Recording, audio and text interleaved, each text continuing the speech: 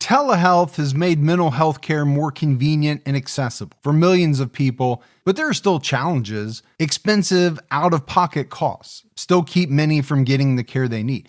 Rula is on a mission to make high-quality mental health care from a licensed professional, easy and affordable for everyone. You can now get the quality care you need when you need it at a price you can afford. Go to rula.com/TCAT to get started. That's RULA.com/TCATT for convenient therapy that's covered by insurance. Head on over to rula.com/TCAT to get started today. After you sign up, they ask you where you heard about them. Please support our show and tell them our show sent you. Go to RULA.com/TCATT and take the first step towards better mental health today. You deserve quality care from someone who cares.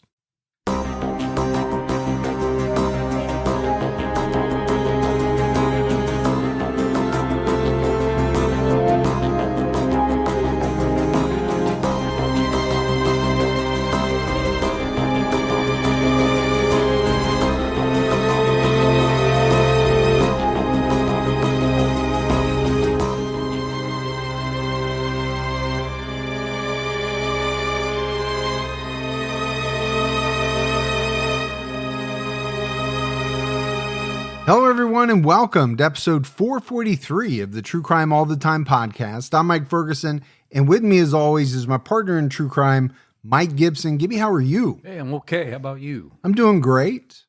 My oldest just bought a brand new car. We talked about it at length on our weekly Patreon thing. We did. What our first cars were, what our first new cars were. Yeah. You seem to specialize in Chevettes and Escorts. Escorts as the car. Oh, yes. Not Chevettes with Escorts inside them. Exactly. These are two different models of cars. Let's go ahead and give our Patreon shout outs. We had Shay. Hey, what's up, Shay? Brittany Wiley jumped out at her highest level. Thanks, Brittany. Lisa Colts. Hey, Lisa. Haunted Julianne. Well, thanks, Julianne. Andrea. Good old Andrea. Andre Davidson. What's up, Andre? Josh Chastain. Hey, I love your sister, Jessica. Trish May. Hey, Trish. Kara Hill. What's going on, Kara? And last but not least, Hannah Fitzsimmons Art. Well, look at you, an artist. Maybe. And then if we go back into the vault, this week we selected Denise Manti. What's up, Manti? So we appreciate the new support, the continued support. I also wanted to give a happy upcoming birthday to Erica Del Rio. Really? Well, happy birthday, Erica. She's a big fan of the show, and it's a big milestone birthday. Yeah. She knows what it is. I'm not going to say the number. Okay. What I will say is that you and I have already reached it. Okay. It's a mystery. Mm-hmm. Okay. But it narrows it down somewhat. It does. At least I know I know what your age is and what my age is. So okay. I hope you know what your age is. All right, we have a brand new episode out right now on True Crime All the Time Unsolved. We're talking about Marcus Rutledge. He was a young father who went missing in 1998, right before he was getting ready to graduate college. This is an interesting episode because they don't know for certain that Marcus was killed, but foul play is suspected. And his family has kind of come out and said that, they think he might have gotten involved with some dangerous people in the months leading up to his death. So, we get into all of that. All right, buddy, are you ready to get into this episode of True Crime All the Time? I am. We're talking about Christopher McCowen. Christa Worthington, a former fashion journalist and single mother, lived in Truro, a town on northern Cape Cod, was murdered in January 2002. 3 years later, DNA evidence matched a surprising suspect. It was a local sanitation worker. Christa Worthington was born on December 23rd, 1956. She was the daughter of Christopher and Gloria Worthington. Her father served in the Massachusetts Attorney General's office before returning to private law until he retired. Christa graduated high school in 1973. And enrolled at Vassar College, which is a pretty prestigious school. Yeah, it's okay. No, it's actually pretty good. I mean, granted, it's all relative, right? Compared to some of the places you went to, Oxford, MIT, Yeah. some of those places. But Vassar is very expensive and I think pretty exclusive. You are correct. And pretty prestigious. After graduating college in 1977, Christa spent the next 20 years working in fashion journalism. She covered runway shows for magazines like Elle, Harper's Bazaar, and she wrote for the New York Times. Impressive. It is very impressive. I think for me, fashion journalism would be a tough go. I have never been to a fashion show. Obviously, I've seen things on TV. I don't know what I'm looking at half the time. Yeah. Most of it is stuff that I would never see someone wear in the real world. Well, definitely not around here. And I'm not sure if it's meant to be worn in the real world or it's just a show. I'm very confused. I think sometimes it's a concept, and I think when it goes to the store, they take it down a few notches from what was on the runway. Well, I think they would have to because you're limiting your clientele, I think, with some of the outfits that I've seen. For sure. At the age of 26, Christa got to interview famous fashion designer Yves Saint Laurent. That's pretty good. Yeah. I know you wear a lot of that perfume. I love that YSL cologne, not perfume. Cologne. She lived in Paris for several years and was bureau chief for women's wear daily. I always wanted to be a chief of something. Just saying. Okay. I mean, I can come up with an honorary title if that's what you're looking for. I also want to be a director or something. You can be the chief director of BS. Oh, I love that. Which most people would probably agree with. Christa lived in London before returning to New York City, where she briefly lived with a magician called the Amazing Tarquin. What would it be like to live with a magician? I think it would be mystifying. Yeah. Like you don't know how that person is doing the things they're doing. I think they're always doing tricks and disappearing on you. It's interesting because I'm assuming that most people are pretty normal when they're just laid back at home. Yeah. They're not pulling quarters out of your ears at all times of the day, but I don't know, maybe some people are. It'll get a little old, wouldn't it? Every time they walk up to you, touch your ear, they pull another quarter out, and you're like, damn it, just leave my ears alone. Yeah. We get it. You're a magician. In 1997, 40-year-old Christa decided to move from New York City to Truro, a small town on Cape Cod. She was looking for a slower pace of life and wanted to be a mother. Christa had spent many summers there, and it was closer to her mother, who was dying of cancer. Christa's ex-boyfriend, Steve Radlauer, told 48 Hours she had this having a baby thing in mind. And I think she felt like this would be a good place to do that. The complication was that she wasn't married and she didn't have a boyfriend. Now, she was 40 years old at the time. Maybe she thought, it's now or never. Clock was ticking. Yeah, there is a certain age at which it becomes either more unlikely or more dangerous. Yeah, high risk for sure. For many women. Christa had also been told by a doctor that she could not get pregnant. After she moved to town, Christa began having an affair with local fishing warden Tony Jackett, who was married with 6 children. Well, 6 kids is a lot of kids. It's a pretty good number. Yeah. I always think of it as I have 2. So however many kids the person has that we're talking about, I just try to extrapolate my expenses by that. So if I'm saying I'm paying 3 times more, I'm going to have to get a second and third job. I would think, man. Because I feel like it's already tough paying for these 2 girls right now. Jackett told 48 Hours she was someone very different from the people that I knew. She was mysterious, enigmatic, somewhat of a loner. He added, I could tell that there was an attraction. Ultimately, I ended up over at her house having a cup of tea, and one thing leads to another, as tea normally does. Yeah. Those afternoon tea meetups, got to watch out. Be careful. I mean, that's just code for sex, right? Yeah, if I say, Would you like a cup of tea? Would you like to go get a cup of tea together? Does it really mean I want to get a cup of tea? But you know how I feel about tea. Do not like it. Have tried to like it. Do not. I am a coffee person through and through. Yeah, you're like, no tea bags for me, please. My wife, however, she drinks a lot of tea. She loves it. The affair was on and off for the next year until Christa got pregnant. Friends insist Christa was told she couldn't have a baby, but Tony felt as though she set him up. Well, I feel like Tony had no problem making babies. I'm just saying that. No, he might have been very virile. Yes. Now, would he feel that way if she told him that she couldn't get pregnant? So therefore, there was no need for him to use any type of birth control or anything like that. Yeah, I think he might be a little soured, like, hey, you said this couldn't happen. And guess what? It happened. In 1998, Christa joined an organization called Single Mothers by Choice and went on a talk show to discuss women who choose to be single parents. Christa's daughter, Ava, was born in May 1999.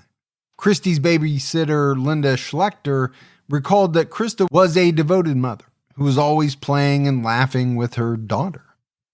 Well, sounds like she loved her little baby. Oh, I'm sure she did. I mean, she had her when she was in her early 40s. Sounds like she was under the impression that it was never going to happen. Right. So she had to have been over the moon when it actually did. According to Christa's friends, Tony didn't have much time for Ava, and Christa eventually demanded child support. She also demanded that he tell his wife, Susan, who was not aware of the affair or of Ava's existence. I'm sure that didn't go over well. That's going to be a tough one, right? You have a wife and 6 kids at home. Now, you stepped out. You had an affair. You made that choice. You did. Sometimes there are consequences, right, of your actions. Now we're talking about a number of consequences. For sure, yeah. You had a baby with this woman. There's going to be child support. And she wants to make sure that Tony's wife knows all about it, that this is not a secret. Yeah. He's got some new responsibilities. As Ricky would say, you got some splaining to do. Oh, yeah. But that's a tough conversation you're going to have with your wife. I would think so. And most wives are not going to be real receptive to that talk.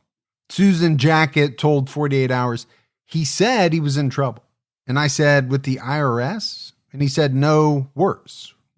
I said, with the police? No, worse than that. And I said, what could be worse than that? And I was sort of frightened. He was very uncomfortable. I couldn't imagine that it was. And he said, I had an affair and there's a child. He hesitated and he said, there's a child. And I said, you're kidding. Imagine there was a lot of follow-up conversations. Oh, that's not a one-time conversation and it's over. No, that's probably a lifetime conversation. It's going to come up quite a bit. Susan, though, was eventually able to forgive Tony. By the beginning of 2002, the Jackets had a relationship with Christa and Ava. They started off by inviting Christa over for dinner. Susan said it was uncomfortable at first, but she got to know Christa and thought she was a nice person. That would be awkward. It would be awkward, but I mean, you really got to give it up for Susan. Number one, she's taking all of this in, and that had to be tough hearing it. But then she has to make a decision. Do I blow up my family because of what my husband did? Right. Or do we try to work through it? She decided to forgive him and work through it. And then on top of that, they make the decision that they want at some level for Christa and Ava to be a part of their lives. But, that can't happen all at once. There's got to be a process to get to that point. Baby stepping. Yeah. After she ended her romantic relationship with Tony Jacket, Christa started seeing Tim Arnold, a divorced father of 2. He helped Christa through her first year of motherhood. Tim moved in with Christa in early 2000. But this arrangement only lasted 4 months. Arnold told the Boston Globe, "We drove each other crazy. I think in the end, she decided I wouldn't come back." Well, there's one thing about dating someone and hanging out and then going home versus living with someone. Yeah. It is a huge difference. Can be, right? Some people kind of roll into it seamlessly and things don't change. But for a lot of people, living with someone day in and day out, you get to see everything. See all those habits that you normally don't see. And sometimes it doesn't work. Christa's ex, Steve Radlauer, told 48 Hours that her relationship with Tim was sometimes contentious. He said, "I don't think that she ever entertained the idea that this was going to develop into a long-term relationship, that they were going to get married or anything like that. From what I understand, he was more serious about that as a long-term possibility than she was." Yeah, they weren't on the same page. And I think that happens quite frequently in relationships. One person is either more invested in the relationship than the other. One person is more serious or thinks it's heading in a direction that is more serious than the other person does. Yeah. But the two remained friends. And Christa sometimes confided in Tim. She listed him as an heir to 20% of her estate in the event of Ava's death, which he was not aware of until after the murder. Christa's estate was worth about $700,000 per the Boston Globe. Well, obviously she cared a lot about the guy.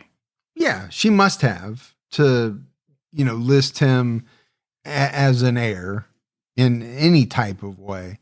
But I think the interesting thing here is that we're getting into the suspects, right? We've talked about some of Christa's boyfriends. Obviously, they're going to be looked at. Does Tony Jackett have a reason for wanting Christa dead? There's the child support angle. Yeah. There is the, hey, you made me tell my wife and all of that. Now, one of the thoughts that goes through my mind is, if he was going to do that, would he have done it before his wife found out? I would have thought so. To do it afterwards, I'm not really sure what you're gaining other than custody of Ava and possibly Christa's estate. Yeah. If you're the one who's taking care of her. Yeah, managing it for Ava. Yeah. Which $700,000 is a lot of money. Yeah, exactly. Tim Arnold found Christa's body inside her home on the morning of January 6, 2002. Tim lived just through the woods and came to the house around 4:30 p.m. to return a flashlight. He saw Christa lying on the floor in the kitchen hallway with blood under her body. Ava was nearby, but was unharmed. Tim picked up Ava and ran outside to call 911. Christa was found partially nude, wearing a nightgown, and had been stabbed once through the left lung. The blade went through her body and into the kitchen floor. She also had bruises as if she'd been in a fight. So there's two things for me here, Gibbs. One is, obviously Tim discovering this scene, seeing this person who you cared about, probably still do care about, right, who appears to be dead. But then, you also have to grab Ava.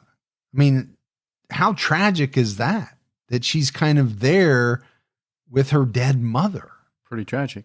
And then I think the second thing is just kind of how brutal this was, to stab someone so hard that it goes completely through the body and the blade is embedded into the kitchen floor.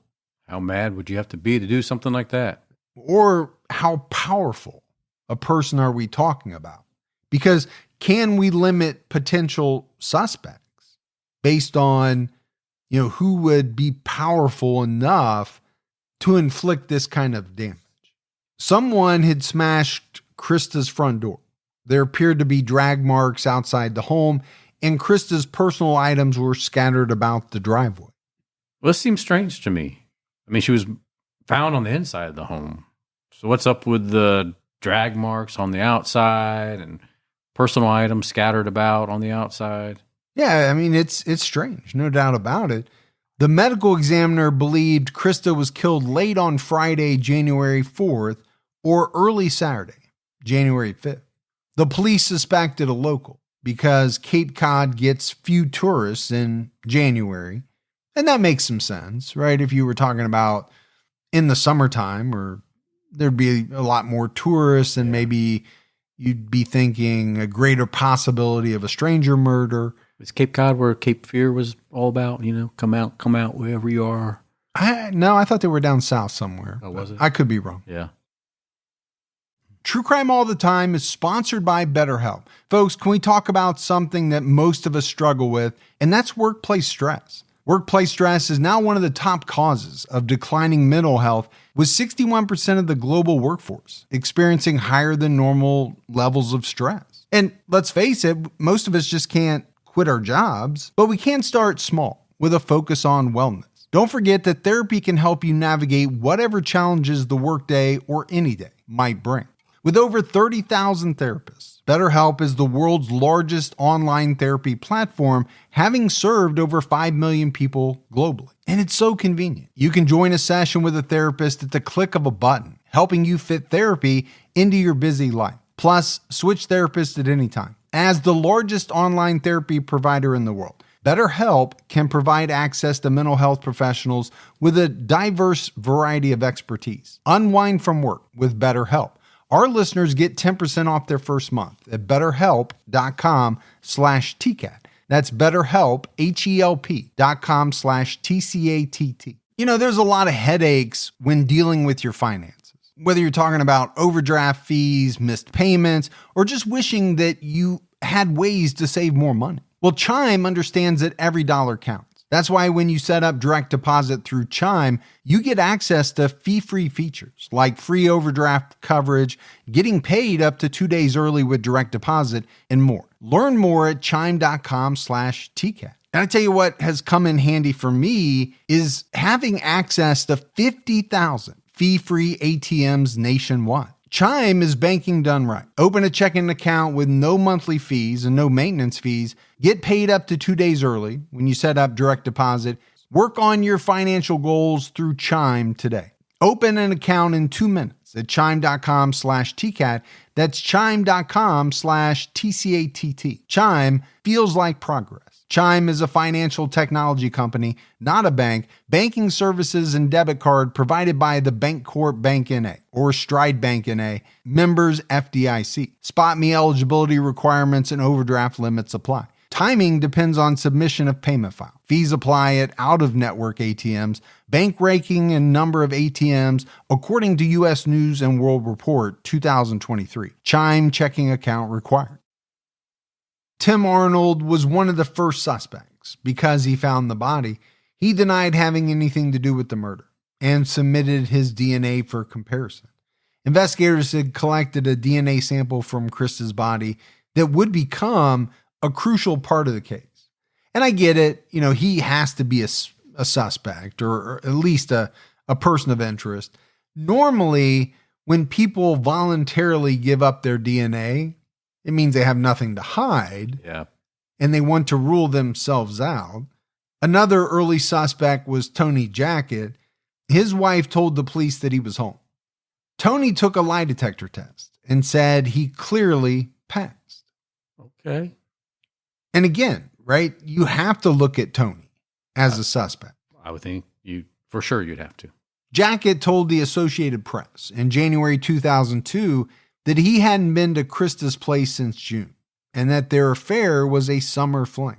And I'm sure that his wife loved all of this being in the media, right? Bad enough that she had to work through all of this, or probably was still working through it. Now, Christa ends up dead. Yeah. She's murdered. And her husband is being looked at. And basically, all the dirty laundry is going to come out. There's going to be a lot of buzz, I'm sure. How that happened, what's going on with this. Well, does he get Ava now? Because he's the dad. And what about the money? got a lot of buzz going on. But it's one thing to deal with something internally and a completely different thing to have it, kind of splashed out there in the media for everyone to know about. Another potential suspect was Tony's son-in-law, Keith Amato, who took an outside shower at Christa's house. Well, to save water, I take some showers at individuals' outdoor showers as well. Mm-hmm. Because you know me, I don't want to. You mean to save your water? Yeah. Because it's not saving money for them. No, save me. So, Right. I mean, there's some outdoor showers in the neighborhood. I'll, after hours swing over there. After hours, do they have posted shower hours? Well, I mean, I don't want them to see me in their shower. Right. So after everyone's gone to sleep, yeah, that's when you do your shower. Yeah. I got you. I wish you'd put one, and I'd shower after I left here. It'll be good for the, day or two. That's not going to happen. First of all, no one in the neighborhood needs to see any of that. If I did put one in, I would do one of those frosted glass ones, but reverse it. So that you thought it was nobody could see in, but everybody in the neighborhood could see you. The police also looked into Christa's elderly father and his 29-year-old girlfriend. Christa thought her father spent too much money on her. Ultimately, nothing came from this either. So, I mean, they're looking into a lot of different people. Now, this must have been a pretty good age gap, right? Christa was around 42 years old. Yeah. Which means her father, at the very least, was in his 60s, maybe even in his 70s. He had a 29-year-old girlfriend. I'm sure it was true love. But the fact that Christa thought he spent too much money on her, it's kind of a real thin reason, right? To want someone dead. DNA results finally came back in 2003, revealing that Tim Arnold and Tony Jackett were not matches to the DNA profile. Well, I bet Tony was breathing a sigh of relief because I think he was probably the one that would benefit the most. Well, I'm sure both of them breathed a sigh of relief just to have their names cleared. But I also think they both knew that was going to happen, right? They readily gave up their DNA, which most guilty people don't do. Tim's semen was found on a blanket that EMTs threw over Christa's body, but his DNA was not found on her body. And he did briefly live with her. Well, that's the whole reason why I don't touch any of these blankets around here. I don't want you touching any of my stuff. I don't want to touch it because I don't know how much of your DNA is on those. Nobody does. Investigators shifted their focus to identifying other possible suspects. On January 9th, 2003, investigators announced they were searching for an unknown man who had what they called an intimate relationship with Christa shortly before her death. At one point, the DA asked all male residents of Truro to submit their DNA. 75 men voluntarily submitted samples. Well, that's surprising. Well, I wonder how many of these guys' wives, if they were married, said, "Hey, you better get in there and give a sample because now I'm a little worried." Yeah. By 2005, the police would still not officially rule anyone out as a suspect. And I get it, right? Tim's DNA doesn't match. Tony's DNA doesn't match, but they're not ready to rule anyone out. And I think that's smart because, could it still be possible that they orchestrated the murder? Maybe they didn't carry it out. Maybe they hired someone. Could have. To kill Christa. Tony Jackett had tried to fight for custody of Ava. Ava was living with Christa's friend, Amira Chase, whom she named as a guardian in her will. Tony was only allowed to see her once a week. He tried to fight for custody and lost. He believes it's because he was a suspect. And my thought is it can't help your chances, right? If there's even a hint, a whiff that you could possibly be involved, very little chance they're going to want to give you custody of this little girl. Yeah, that's true. On April 7, 2005, the police received word that the crime lab had a hit for the DNA sample.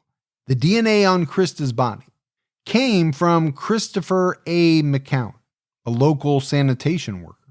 McCowen had been interviewed twice.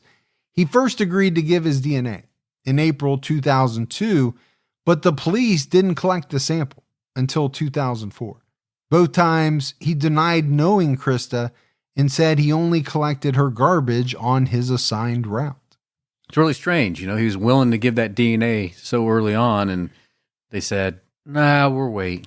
I mean, why not get it? And at that point, maybe it would have brought some answers to the case. Well, yeah, 2 years is a pretty long delay. Now, the police said the delay in collecting his DNA was due to his address changes. Okay, so they couldn't keep up with him because he kept moving. Christopher McCowen was arrested on April 14, 2005. He was arrested at his rooming house while watching cartoons in bed. Police found marijuana and an open bottle of prescription painkillers on the bedside table. High in bed watching cartoons. Which I believe, if you were ever ultimately caught, is probably very similar to how you would be found. In your PJs, watching cartoons, high on both marijuana and painkillers. And laughing. McCowen was charged with murder, aggravated rape, and aggravated burglary. When McCowen was taken for a third round of questioning, he denied knowing Christa until he was presented with the DNA evidence. And, it's always fascinating to me. When you watch some of these shows where they actually have the interrogation videos, people are deny until the police kind of throw out their whole card, right? Yeah. Which is some piece of evidence that is pretty hard to refute. Well, what normally happens? That's when the person kind of changes, does a 180, right? Changes course and starts to come up with a different version of events. For Christopher, he admitted that he was out drinking on the night of Friday, January 4th. He and his friend Jeremy Frazier decided to go to Christa's house. He had sex with her and beat her, but it was Frazier who killed her. However, Frazier's DNA was not found on Christa's body. So, I talked about doing a 180. This is a 180. Sure is. From, hey, I've never been to her house other than to collect her garbage to, oh yeah, me and a friend went there. I had sex with her and I beat her, but then my friend killed her. Admitting to beating her so that way it covers you for all the DNA. I mean, and the sex as well. Yeah, maybe he was trying to cover his bases. Maybe he threw that in there to say, oh yeah, I did something bad, but I didn't do the really bad thing. Right. Yeah. According to 48 Hours, McCowen declined to have his 6-hour interview recorded, so the only record that exists is a 27-page report detectives wrote from their notes a week earlier. In this report, McCowen gives multiple versions of what exactly happened that night. And I didn't know that a person could decline to have their interview recorded. Was not aware of that. Maybe there's a waiver you have to sign. I just thought they were all recorded. McCowen's attorney, Bob George, said the police jumped to conclusions. He also noted that McCowen had an IQ of about 78 on a good day when he was not using drugs and alcohol. On the day he was questioned, he was under the influence of Percocet and marijuana, or what we call a Gibby Wednesday night. George also said about the DNA, there was no evidence of the indications of rape. And, going back to what he did admit, right? He has to admit having sex with Christa, because how else can you explain your DNA being found? Either you had some type of consensual sex or you raped this woman. Yeah, very true. Now, he just says had sex with her, but then he says he also beat her. So it doesn't sound like a consensual, intimate moment, right? I don't think so. Christopher McCowen's trial started on October 16th, 2006. DA Michael O'Keefe argued that McCowen was drinking heavily and met friends at a local club where they were videoed by an onlooker participating in a rap contest. You ever been in a rap contest? Several. We flew up to Detroit. Mm-hmm. You and Eminem. Hang out by the 8 Mile. Just battling it out. Yeah. Mom spaghetti. Oh, it was good, though. It was good mom spaghetti. Yeah. O'Keefe said that after a night of drinking, this person wanted the company of a woman after partying and drinking all night. So at around 1:30 a.m., McCowen drove to Christa's house in Truro, where he killed her, although he had no connection with Christa other than his familiarity with who she was, where she lived, and the fact she lived alone, which he could have gleaned very easily. Sure he could have. From picking up her trash every week. He also, he could have seen her. He could have thought that she was attractive. He could have developed an infatuation with her. I mean, there's all kinds of different things Absolutely that could have happened. ADA Robert Welsh also said in opening statements, as quoted by the Boston Globe, there were a large number of kicks and blows to her body. The defendant was completely indifferent to her suffering. Well, he didn't care whatever happened to her. He just didn't give a shit. No, he wanted what he wanted. He was going to take it if he had to. And that sounds like exactly what he did. Yeah. And in the process, he beat and killed her. Prosecutors theorized that McCowen beat Christa outside her house, dragged her inside, and raped and stabbed her. So, this goes back to kind of the statement that you made, these drag marks outside the house. It seems strange, right? That Christa was found dead inside her home, but there were these drag marks outside the house, her personal items outside the house. It makes it seem now that we have more information as though the altercation happened outside initially. And that makes sense. From the standpoint that he was not a welcome guest Yes. in her home. She wasn't most likely going to invite him in. Defense attorney Bob George suggested that racial prejudices led to Chris McCowen, a black man, being charged. Over a 3-year period, the police never said Christa was raped, and the police only came to that conclusion because McCowen is black. George also said that person that killed Christa Worthington was white. They had footprints that were unidentified. They had palm prints that were unidentified, and they had unknown male DNA from 3 individuals under her fingernails. The defense argued that Chris McCowen could have reasonably had a consensual sexual relationship with Christa. The sex probably occurred on Thursday, trash pickup day, and that someone else killed Christa. And I see what the defense is trying to do, right?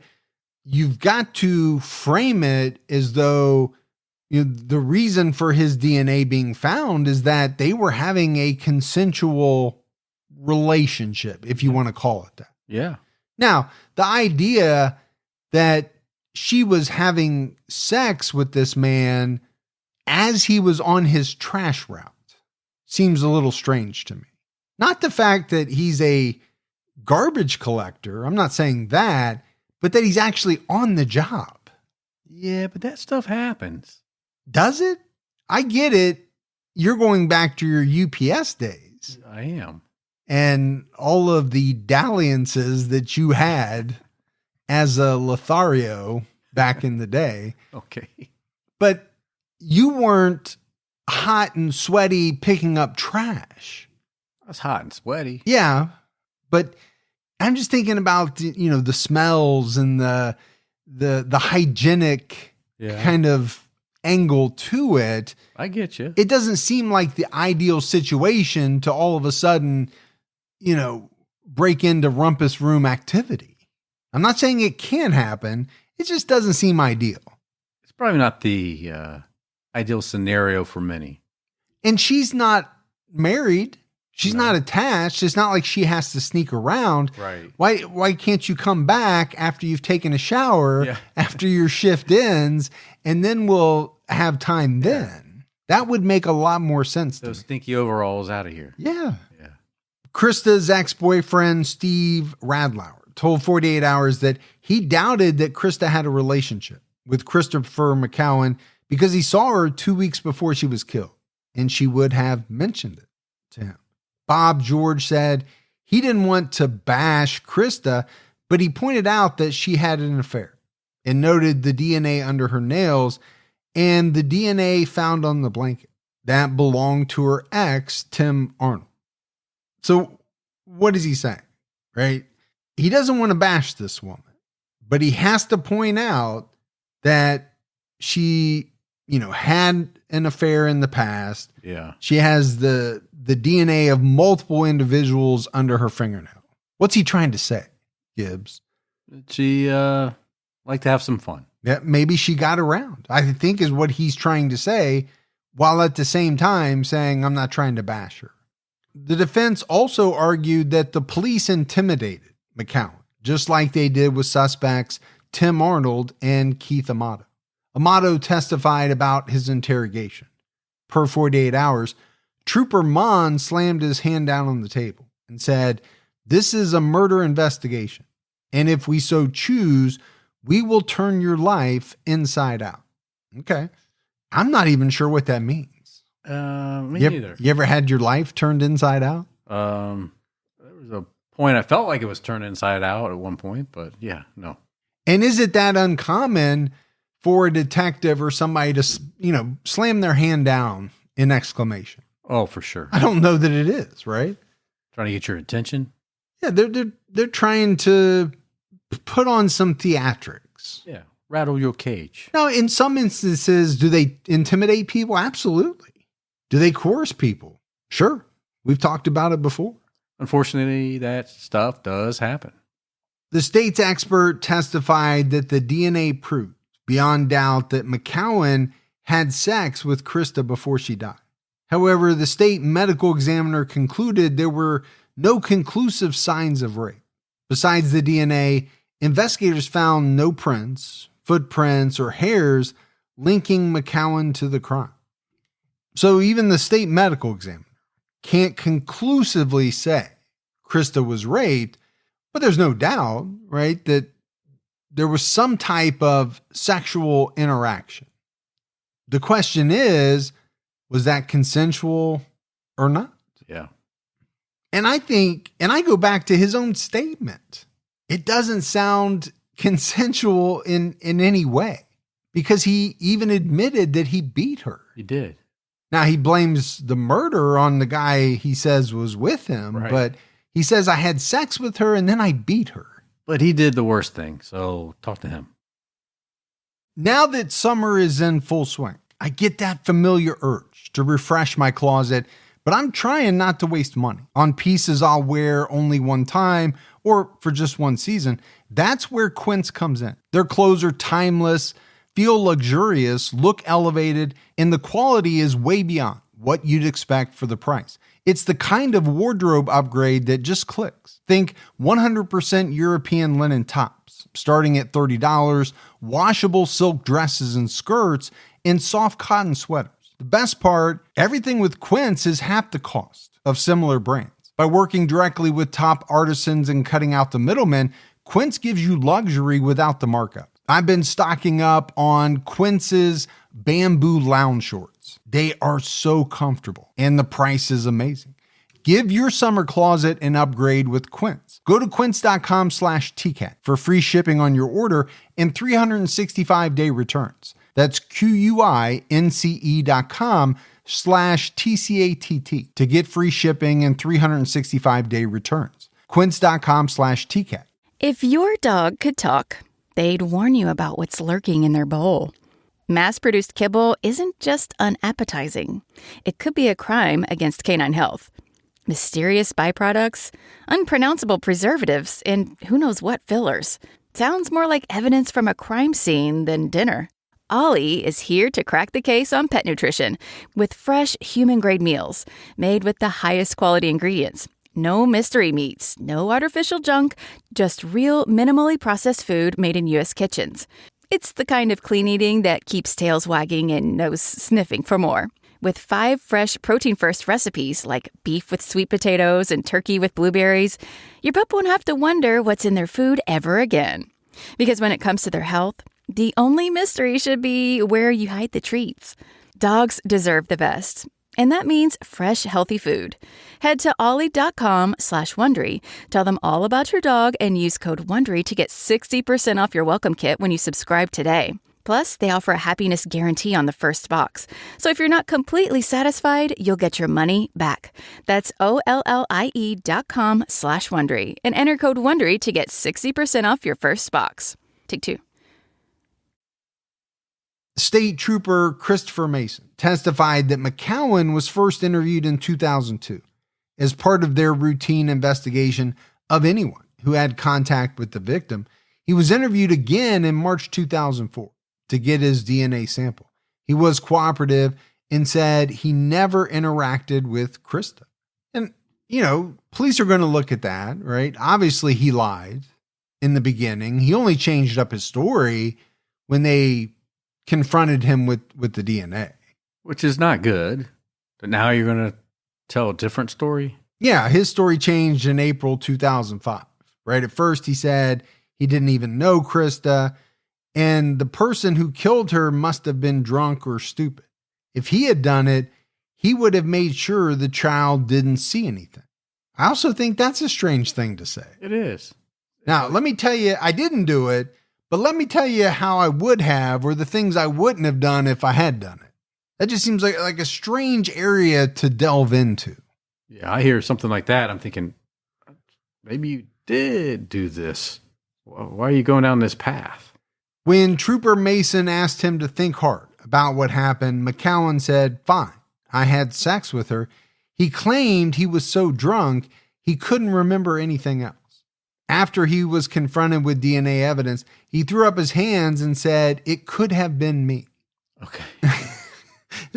He's making some strange statements. Very, very strange. He would have been wise at this point to have an attorney with him who would have advised him not to make any of these statements. And we mentioned it, right? McCowen was out drinking with his friend Jeremy Frazier between 12:30 and 1 a.m. They went to Christa's house. She was startled, but invited them in. McCowen had sex with Christa on the floor. While Jeremy started going through her things, which angered her, she confronted him and they went outside.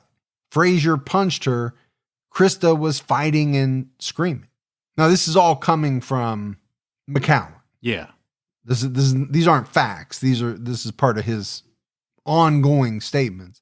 McCowen said he beat and punched her so hard that he heard her head hit the driveway. Frazier told McCowen he was going to have sex with Christa. He kicked in the kitchen door and didn't return for 10 minutes. McCowen claimed he witnessed Frazier stab her, and they wiped her body down with a dish rag.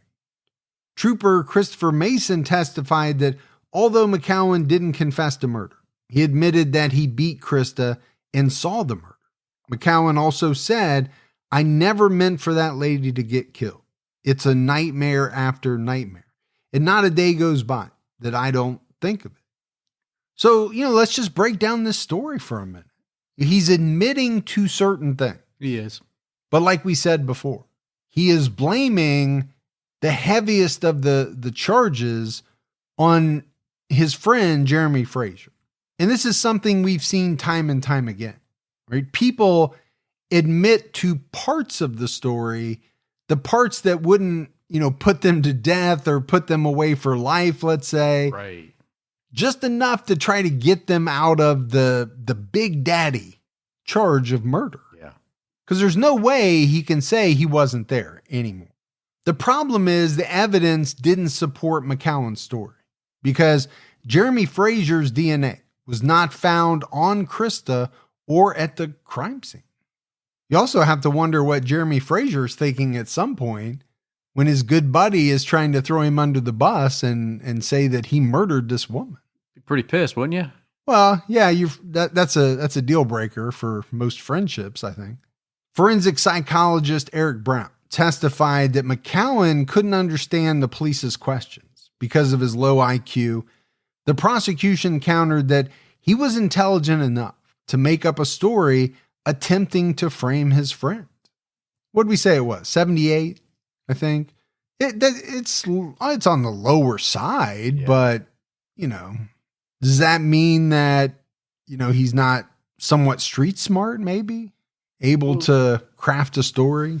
That's it, right? I mean, doesn't mean he's not able to think through situations and things like that. I think he knew what was going on. Jeremy Frazier testified that he couldn't remember much about where he went that night, but the police mentioned things to him and he started to remember. Earlier, State Trooper Christopher Mason testified that Frazier received a call from the state police on January 5th and may have been working as a drug informant. Phone records verified this. Defense attorney Bob George also questioned the credibility of Frazier's alibi witness, Sean Mulvey. According to ABC, Frazier said he was at an underage club called the Juice Bar with McCowen and Mulvey on January 4, 2002, where they were recorded participating in a rap contest. They left the bar and went to a party, but a fight broke out and everyone was kicked out. Frazier and Mulvey went to Mulvey's father's house and stayed the rest of the night. Frazier didn't know where McCowen went. Now, when first questioned, Sean Mulvey denied Frazier's account of the weekend and said he couldn't clearly remember whether Frazier spent the entire night at his house. Mulvey testified that he lied when first questioned because his father advised him not to get involved. Yeah, I think if you're this Frazier guy, you got to wonder who your friends are at this point. Oh, for sure. One guy is trying to accuse you of murder. Your other friend lies and says he's not sure that you stayed there that night because, hey, I'm not getting involved in this. Right. The defense also argued that the police didn't send fibers, hair, and DNA to the lab, and that the EMTs contaminated the crime scene. During closing arguments, Bob George said about the rape charge, it's based on an assumption, a false assumption, that a Vassar-educated 46-year-old world-traveling wealthy heiress could not possibly have had consensual sex with a black, uneducated, troubled garbage man. The jury deliberated for the next 6 days. On day 6, one woman was thrown off the panel because her boyfriend was arrested in an unrelated crime, and she was recorded having a phone conversation with him where she criticized the police. Well, that would do it. Yeah, so they seated a new juror. 2 days later, on November 16, 2006, the jury found Christopher McCowen guilty of murder, aggravated rape, and burglary. He was sentenced to 3 life terms without the possibility of parole. Christopher spoke before sentencing and said, "This case here is a very horrendous case. I feel sorry for the victim's family, her daughter, and her. I have never meant for this to ever take place. But Your Honor, all I can say is that I'm an innocent man in this case, and that's all I got to say." After the trial, several jurors made allegations of racial bias during deliberations, which caused the trial judge to call them back for questioning 14 months later. They revealed there was racial tension in the jury room, which the defense argued was grounds for a retrial. One white juror referred to McCowen as a big black man, which offended a black juror. The judge ruled that the juror's remark was an innocent description and rejected the request for a retrial. On December 10, 2010, the state Supreme Judicial Court upheld McCowen's conviction in sentencing, but one of the justices wrote that he wished the trial judge questioned jurors more searchingly about the potential racial bias. So, I mean, this is kind of a big part of the case. Seems so. The defense hammered it, right, during the trial. They did. Well, I think it was part of their strategy. basically trying to convince the jury that, the police got it in their mind that there's no way that Christa could have had a consensual sexual relationship with McCowen. Now, could she have? Absolutely, she could have. Yeah. But does the evidence support that? No. But I don't think this was a slam dunk case, right? There were some things, I think, as a juror that you would maybe get hung up on. The state medical examiner couldn't conclusively say that Christa was raped. You go back to Chris's own words. I had sex with her and then I beat her. Okay. To me, it doesn't sound like a consensual sexual relationship. No. And if this Frazier guy is not there at all, as his alibi seems to suggest, they don't find any of his DNA there, even though Chris says he, was with her for 10 minutes and said he was going to have sex with her. Again, you got to go with the evidence. You do. Christopher got married in prison around 2014 to Leslie McCowen. Leslie told the Cape Cod Times in 2024, "There is no way he could have done this. I always knew he didn't do it. I believe he was framed. I believe it was because he was black." Leslie had known Christopher casually since 1999, when he came to the Dunkin' Donuts where she worked. She didn't follow the case until after he was convicted. She wrote to him and they got to know each other. She mentioned Chris was stabbed at the first prison he was incarcerated at, the Massachusetts Correctional Institution, Cedar Junction, formerly MCI Walpole. At the time, the DOC only confirmed there was a stabbing, but did not identify the victim. And I'm always interested in people who marry an inmate. Yes. Now, she did know him, at least casually. She knew him somewhat. Yeah, it wasn't like she didn't know him at all. Right, before all this happened. But they really got to know each other after he'd already been convicted. And then, eventually got married. But she came out and said it, right? I know he didn't do it. Well, I hope that's what she believes. Yeah. Be weird if she's like, yeah, I know he did it, But I'm going to marry him anyway. but I love him. In 2017, McCowen had a new defense attorney in hope to obtain new evidence that could lead to a retrial. McCowen told ABC's 2020 that he knew Christa from his trash route. And he said, "Being a garbage man, I get to go by everybody's houses and, get to talk to them briefly." On the Thursday before the murder, Christa asked him to help get rid of a Christmas tree. And as he said, one thing led to another. It was just a mutual thing between two people, I guess. We started kissing, then we ended up having sex. McCowen told 2020 he didn't remember talking to the police or what he told them because he was under the influence of marijuana, cocaine, and Percocet during his 6-hour interview, saying, "The police kept on switching everything up. I was so intoxicated off all of them drugs that I really didn't know what the hell was going on." Well, if you were taking all that, you probably didn't really know what was going on. No, that could be absolutely true. But he also said some things after this interview where the thought is he wasn't intoxicated.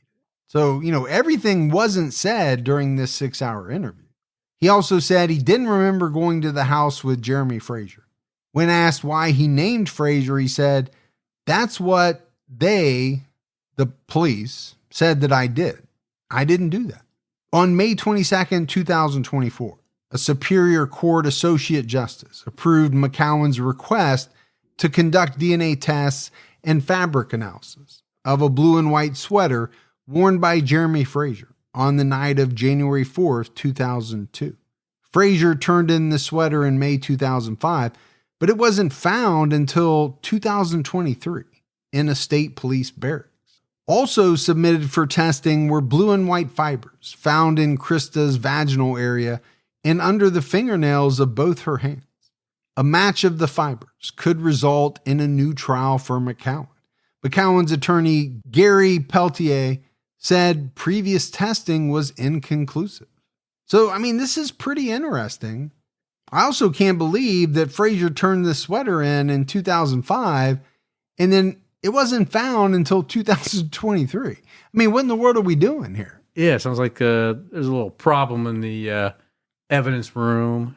But these blue and white fibers, right? If they come back to matching this sweater that Fraser turned in, it could be a game changer. And we don't do this a lot, Gibbs, but I'm just going to play devil's advocate for a minute here. Let's say there is a scenario where Chris McCowen's DNA was found exactly because of exactly what he said happened, right? They had a consensual sexual encounter. Right. But then later on, Jeremy Fraser comes to her house. Maybe Chris had said something to him about what happened, and he thought, well, I'll try my luck. Things go bad. He ends up killing her, and he's wearing this sweater when he does it. I think, the problem for me is, as of right now, the evidence doesn't support that theory. But if the blue and white fabric, after tested, comes back, it could change things. Big change. But as of now, no one else has been charged with the murder of Christa Worthington.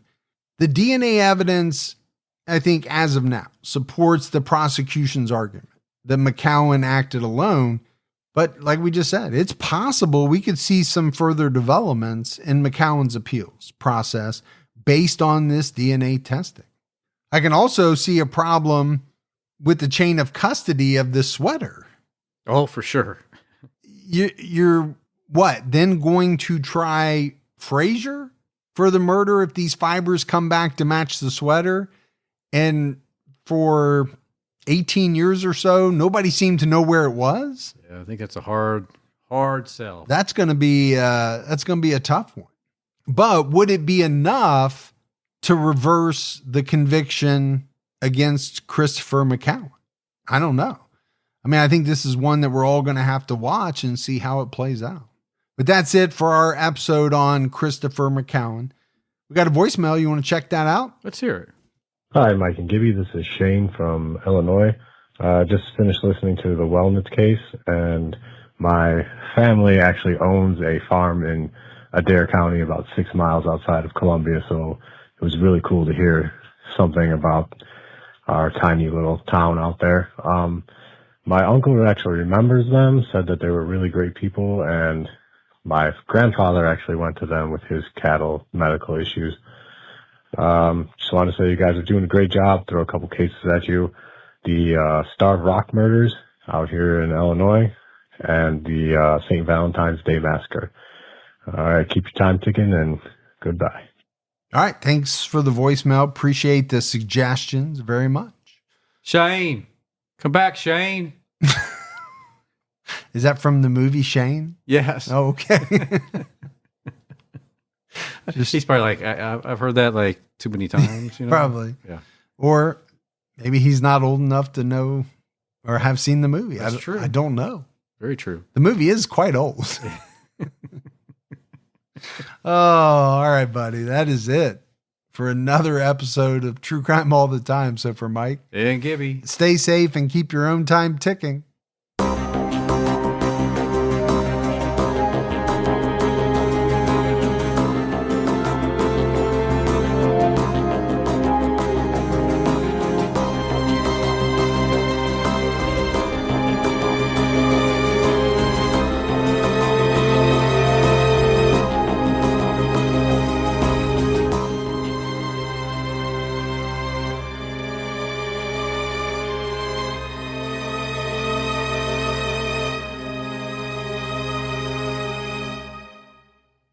Hey, I'm Mike Corey, the host of Wondery's podcast, Against the Odds.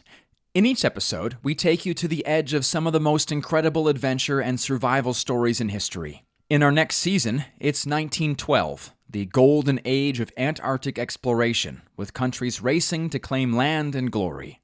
Australian geologist Douglas Mawson sets off with 2 fellow explorers and a team of huskies to venture deep into uncharted territory. They face a harsh landscape with hidden crevasses, glaciers, and gale force winds.